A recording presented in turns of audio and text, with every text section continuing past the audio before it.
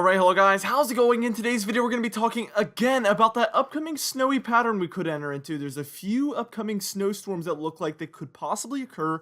They also could be quite major. Now, before I get started with this video, though, I would ask that you do subscribe if you do like weather-related content, and also make sure to share this video with your friends, family, and social media. I'd also highly recommend that you check out our very exciting Patreon page in the description and in the pinned comments down below, and then also our very awesome channel membership next to that subscribe button. Anyway, for today's comment of the day, I want to know, do you think we're going to have more of a cold and snowy March or more of a warm and stormy March? Because typically it can swing either way. So let me know what you think is going to happen, and I'll be picking one of those for tomorrow's video. Let's get straight into this video, and we're taking a look at that European model. And the interesting thing here is we can see kind of my previous videos from a few days ago panning out. Here's that Arctic blast that we're kind of under right now. It's very cold. We're mostly dealing with below normal temperatures in the eastern United States for the most part, and that's going to last a few days here. But by the time we're reaching around the 10th, you can see that big upcoming warm-up does occur as well that I also made a video about, and we will be entering into a much more pleasant pattern over the course of especially early next week. Towards the weekend, it's looking very nice. A lot of areas could get into their first 70s of the year. Very interesting pattern we're going to find ourselves in, and it's going to be the first sneak peek of spring for sure. By the time we reach about 1 p.m. on Thursday, March 11th, you can tell that we have that storminess returning. It's relatively dry before this point, so we're going to have about 5 or 6 days of just very dry weather across almost the entire United States, but we see this first storm developing by the 11th. Now, what we're going to do is we're going to move on and we're going to progress with this one as it becomes a snowstorm. Now, this is by the time we're reaching about 6 a.m. there on Friday, March 12th, and as you can see, there is some snowfall going on for Iowa, Minnesota, Wisconsin, Michigan, but it's not looking very major at all at this point, and there's a lot of question marks with all of this because it's such a long-range projection. I want to reiterate that. I did this a lot yesterday, and I think I got the point across, but this is a very long-range and low-confidence type discussion we're having in this video. There's a very good chance that none of this even happens. I'm talking about this because of the chance that it does happen. We're going to go over it so that we're prepared if it does in fact occur the way these models are saying. But again, there is a very good chance that this doesn't happen. So this isn't a forecast, this is more of a discussion within this video.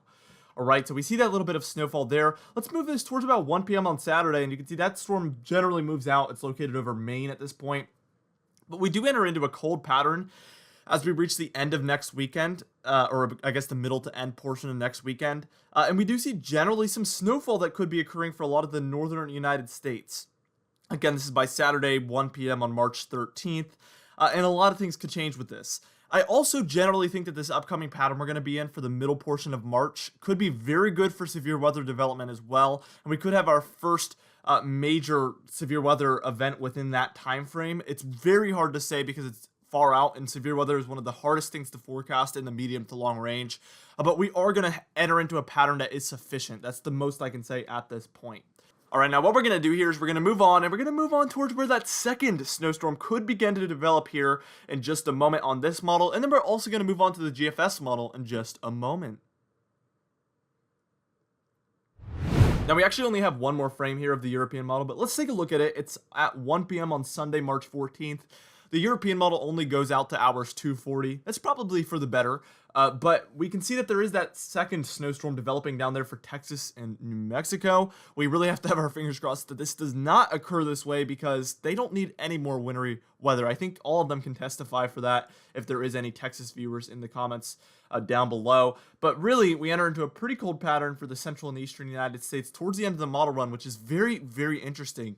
We're going to take a little bit of a look at why that could occur at the very end of this video. But let's move on to that GFS model because we're going to get a much more extended look, and we're going to get a second opinion here, which is very good. It's good to get multiple opinions from these models. So this is, we're going way back again. So this is by the time we're taking a look at late Thursday on the 11th here. So we're much closer to when we're talking about now from the time I'm making this video. And as you can see, a low pressure center is developing there near the panhandle of Oklahoma. And we do have some general storminess there for Kansas, Missouri, Iowa, Illinois, Indiana, Ohio. If it is warm enough, this would be a good pattern for severe weather and thunderstorms. So they could have their first little bout of some of that activity going on here soon. Now, as we're taking a look at the four corner states and the Rockies, you can tell that this is dealing with some snowfall as well within this storm, so we are dealing with pretty much multiple types of weather going on. And then by the time we reach about the afternoon hour of Friday, so maybe about 18 hours later or so, we do have a lot of that snowfall going on for the plains and also still the Rockies. And then we have this general storminess still going on the very eastern front of this storm. Now, what we're going to do is we're going to move on towards where this is going to actually become a quite major snowstorm for not only the Ohio Valley and the Great Lakes, but also the Northeast and the Mid-Atlantic. The GFS has a very interesting solution with this storm, and we're going to take a look at that in just a moment. All right, so here we are taking a look at around 11 a.m. or so on Saturday, March 13th. And as you can see, again, that general storminess, I would not be surprised to see some severe weather within this time frame at all towards the middle portion of March. We could get to a very early start with that. We haven't had a lot of early season tornadoes or severe weather yet, which is very good news. We're going to have to see how the time frame within March goes because it can be very hit or miss. We could have a lot of severe weather in March, and we could have very little. That's how it typically goes. April and May, we all know how that goes, though. But hopefully we don't see a lot of that early season activity. So we see some snowfall going on for northern Illinois, including Chicago there, and then also areas within Michigan, and that extends all the way eastward, actually, into the mountainous regions of New England. Very interesting there. And as you can see, it actually progresses and becomes even more major overnight Saturday into Sunday. This is about 1 a.m. there on Sunday, March 14th.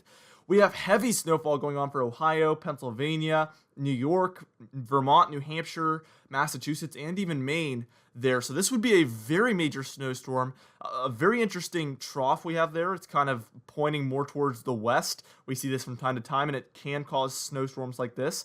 So a very interesting pattern here. This would be a very interesting setup, to say the very least. But keep in mind, again, this is a very, very long-range, low-confidence discussion we're having here. And it's very likely that this will at least look very different than what we're taking a look here, if not completely just not even exist by the time we're taking a look at Sunday, March 14th. I'm not even going to lie to you guys. By the time we're taking a look at approximately 11 a.m. on Sunday, you can see this actually is more of a mid-Atlantic storm, but also southern New England getting involved there as well. Let's take a zoomed-in look at that as well, where you can get a better, idea of what's going on here. So from northern New Jersey through eastern Pennsylvania, and take that all the way into southern New England, as far north as just north of Boston. We're taking a look at a pretty heavy corridor of snowfall going on there by that point. Now, by the time we're reaching approximately 7 p.m. there on Sunday, you can see that that snowfall comes to an end in general, and we do see some storminess to the southeast, probably including some severe weather at least, like I said. But eventually, this actually does turn into a bit of a snowstorm by the time we're taking a look at Monday afternoon. Again, the mid-Atlantic and some portions of the deep south. This is beyond hours 240, which is known for being very terrible, very terrible. But I'm showing this just because, well, it's in the model run. We might as well discuss it here. But the confidence at this point is just, rock bottom. Absolutely rock bottom. This one does progress into an ice storm and a snowstorm eventually, as you can see here on Tuesday. We'll have to see how this model continues to show this storm signal or the trough. It might not even be a cold pattern or a low pressure system by the time we're taking a look. This is so far out, but it does have a major snowstorm at this point. Although I'm very, very skeptical if that will even be the case. I think there's a good chance we'll actually still be in a warm pattern. I'll tell you guys about that in just a moment. Now, here we are taking a look at our teleconnections, and this is going to give us a great idea and a much more accurate outlook into what the pattern could look like. Here's our PNA, and what you need to know is in a positive phase here, we see warmer temperatures out west and colder temperatures out east. And then in a more negative phase there, which you can see we're going to go into, that's where we have some colder than normal temperatures out west and some warmer than normal temperatures out east. So we're in a positive phase right now, and we are in a colder pattern right now for the east and a warmer pattern out west. But what's going to happen is it's going to dive negative there for at least from the 7th through the 14th, 15th, 16th, and then it starts to go more towards neutral. The one thing you need to remember here is that there is a lag, so you need to give it a few days. We're not going to see that pattern flip on the 6th or the 7th. That'll most likely be more around the 9th, 10th, 11th time frame.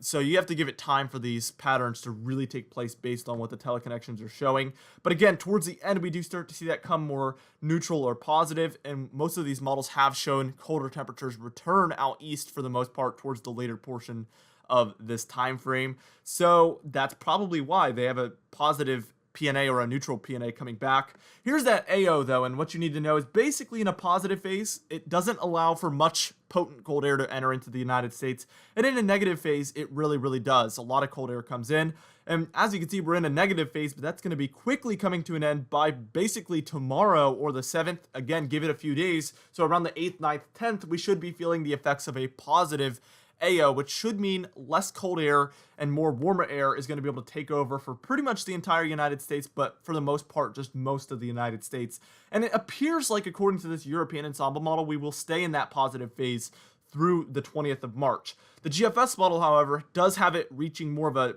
neutral or negative phase. It has it reaching further negative there than what the European model had, and I think that's why it brings us into that colder pattern towards the end of that model run we just took a look at on the GFS model. But I'm actually siding more with the European model. I think we will probably stick in this warmer positive AO pattern. Usually these patterns stick around for quite a while, so I foresee this actually sticking around for at least a month or so. Anyway, for our confidence tab, we're at about a 1 out of 6 still. Again, this is a very low confidence, long-range discussion we've been having here. I hope you guys can appreciate that still.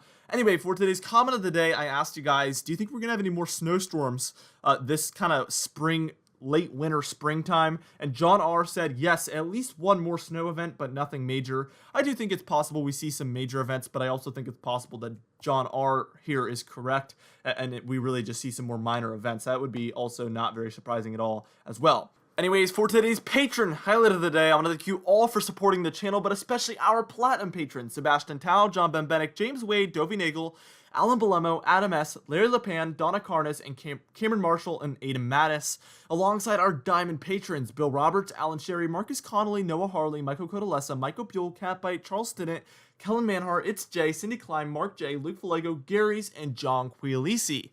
If you would like to be a part of this Patreon screen of the day, you could do so by joining our very exciting Patreon page in the description and in the pinned comments down below.